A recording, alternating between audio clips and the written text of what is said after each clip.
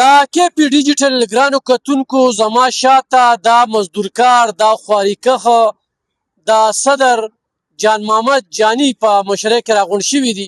د دوی دوه نارې چې جلسه نامنظور او د کشمیریانو سره منګه کلک ولاړ یو 5 اگست یوم کشمیر او دا نارې دوی ولې وایي دا محب وطن پاکستانیان دي خو د بده مرغه 115 ورځې وشوې چې د صوبایي حکومت د ضلعي انتظامي د دوی روزګار په ټپ ودرولې دي دا ماشومان بچي دا رزق غواړي هغه خلک چې د رزق وعده الله پاک کړی ده بالکل یې کړې ده خو ورسره دا خبره چې سر سترګې درکړي دي دا په خپلو مټو باندې محنت کوي دغه کشتو والا دي چې کله په ملتان کې سیلاب راشي کله په سند کې راشي کله په پنجاب کې راشي کله په ډیری خان کې راشي نو بیا څوک نه وي بیا رسک هم نه وي بیا دوی سره بل څه د پوج نه علاوه د خلکو د راویستو د رسکي کولو څه نه وي نو دلته جان محمد ته منتونه وکړي او د دې ځای نه دا کشتو والا ولیږي تاریخ ګواه دی او په ریکارډ باندې ټولې ویډیوګانې شته دا د دې سیند میان دي او نن ته د دوی هسې پیسه روزګار بندی او د غیر معینه مدته پورې بندی د ګرمۍ موسم دی صدریاب کې خو څوک وړلي شوي دي نو د کشتو والا د لاپروایۍ په وجه باندې نه بلکې د کشتو والا بیا راویستي دي څوک د پول نه رودانګي څوک پکې د بل ځای نه کشتۍ راوړي او دلته کې بیا دوی چې کم دی نو د قربانۍ ګډوري جوړ کړي نو نن هغه جلسه چې کومه کیږي نو جلسو ضرورتونه نشته د قوم ضرورتو کې د خلکو د روزګار ضرورتو کې هغه 50 لاک کورونه هغه 1 کروڑ نوکرۍ دا د پسونه هم دلته بېروزګاره کړل هر دار یو کته صدر صاحب رامخکې شه خبرې ترې به د صدر صاحب سره هم کوو او د دې کشتو والا سره هم کوو د دوی روزګارونه نشته سهار راشي ماښامه پورې دلته کېناست دي هسې دې سیند دی چپو ته ګوري صدر صاحب نن جلسه دوی را جوړه کړې ده او د کشمیر ورځ هم د کشمیریانو سره د یووالي دغه ظلم بربریت ړومبي او په دې سره اعوذ بالله من الشیطان الرجیم بسم الله الرحمن الرحیم اول خو دا خبره ده چې د یو انسان وینه توی شوه لکه د غونډ انسانیت وینه چې توی شوه په کشمیریانو چې کوم بربریت کوم ظلم کیږي په هغې موږ د افسوس اظهار کوو ډېر زیات پې خفه یو زموږ مسلمانان نوڼې دي غونډ مسلماني ختمېږي په کار دا دی چې نن 5 اګستو چې د هغې په حق کې موږ باینرې چاپ کړې وې موږ راوتي او د هغې د یووالي اواز هم کړی و دویمه خبره داسې د صوبایي حکومت نن جلسه ده خلک راغونډوي وزیر اعلی صاحب مختلف قسم اعلانونه کړي دي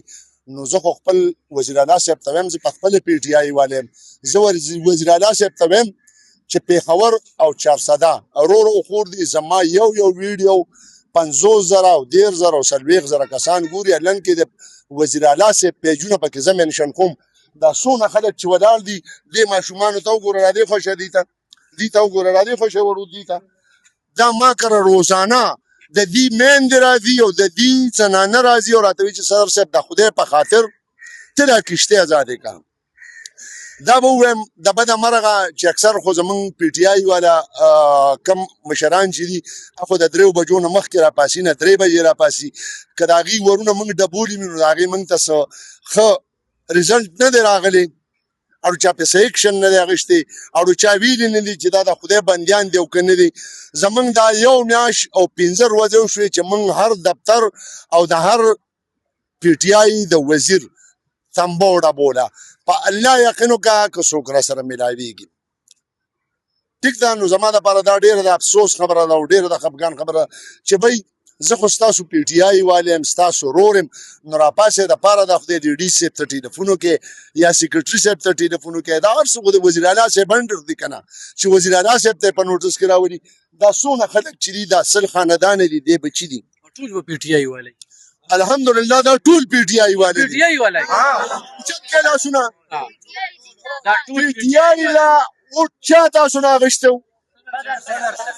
په الله مې د قسمې چې دې خلکو له ما پی ټي آی له اوټ ما د دې خلکو نه لاس په لاس اخیستی دي خو د بده مرغه ما درته څه ووایي چې زمونږ کوم د دې علاقې وزیران دغه دي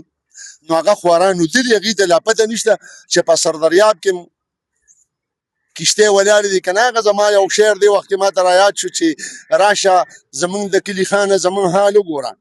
بچي مې جاړې نارو دشو دا بدحال وګوره ته خو یې خانه د خانې په نشه مست ګرځېږي ریښې ریښې مې د بچی په سر دا شال وګوره هره سلګۍ مې د بچي راته پرهر جوړوي هر یو مظلوم ته د ظالم د مکر جال وګوره دا چې دلته دا خلک داسې راولي او دا تنګسیا خولې بېروزګاري دا بده ورځ د دې شکرونو ته وګوره ته بېګین دي کال کال ډوډۍ نه ده خوړلې دي سهار روزي ماښامه پورې ماته ناست دی یو دفتر نه بل ته د بل نه بل ته د بل نه بل ته صدر صاحب ولې یو سل پنځه ورځو شوې درته وایي ولې بندې کوې ولې دا روزګار مه کوې سبجي دا په سوات کې کشتۍ وړېدلې وه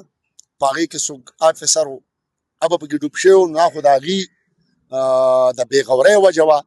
لیب جیکټ یې ورته نوی چولې داسې د هغې څخه پروګرام بل نو دلته خو لیب جیکټ شته هغه یوسفیز د دې هغه دغه چې کوم دی هغه مونږ ټیک پالو کوو نو سوات کې وقوه شوې ده او 15 ورځې او یو میاشت وشوه چې دا بندېږي په کار دا چې په روډونو اکسیډنټ وشي چې ټرانسپورټ بند شي که نه ولې نه بندېږي ټرانسپورټ په کار دی چې پی آی ای یا بل جز راپروزي په کار دی چې هغه مخې سره ختم کي بندي کي کم پایلټان چې دی هغه سسپینډ شي معطل شي ختم شي صرف کشتو له دی دا زور صرف قانون چې دی دا د غریب دپاره دی کشتو دپاره دی ما دپاره دی د دې ماشومان دته وګوره د ده د خپو ته وګورې خپې کمیس یو شان پرتوک بل شان دا په بد حال په بده ورځ دا ما پسې روزانه راځي کم از کم زه دا چار څه ډي سي صاحب ته درخواست کوم سوال ورته کوم د دې علاقه کې که څوک پیګانې میلېګانې هغې ته هم درخواست کوم چې مړه د خدای په خاطر د دې غریبانانو په رحم وکړې دې خو ټول عمر خلک د سیندونو نه روغکي دي مړي دوی روغکي دي چا چې خودکشي کړي دی دوی روغکي دي د الله په ذات مې د قسمي چې بل ورځ موږ دوه کسان روغکي یو خودکشي وکړه او یو موټر زنانه وواله هغه هم راوښکې ده موږ لکه څوک داسې کم کړتب وکړو چې موږ باندې رحم د الله وشي څه داسې وکړو کم خوا لاړ شو چاته وژاړو نو رحم خو تاسو په ځان نه دی کړی ګل یو پیره تیندک وخوري په دویمه پیره وخوري نو په درېیمه پیره تیندک او دغه جلسې او جلوسونه دي نو جلسو او جلوسونو تاسو ته څه پیدا شته سرجي موږ ته هېڅ پیدا نشته خو زه به درته یو خبره وکړم ته اوس یو سړي له اوټ غواړې او ته زما ورور دوست او ته ما پسې راشې چې دا پلانکي سړی زه درله راغلم نو دا خو یو کلیوالي ده یو عزیزولي ده چې بیا هم هغه ته ووایو و یاره والله بس دوکه شوي یو نو بس اوس څه ووایو جی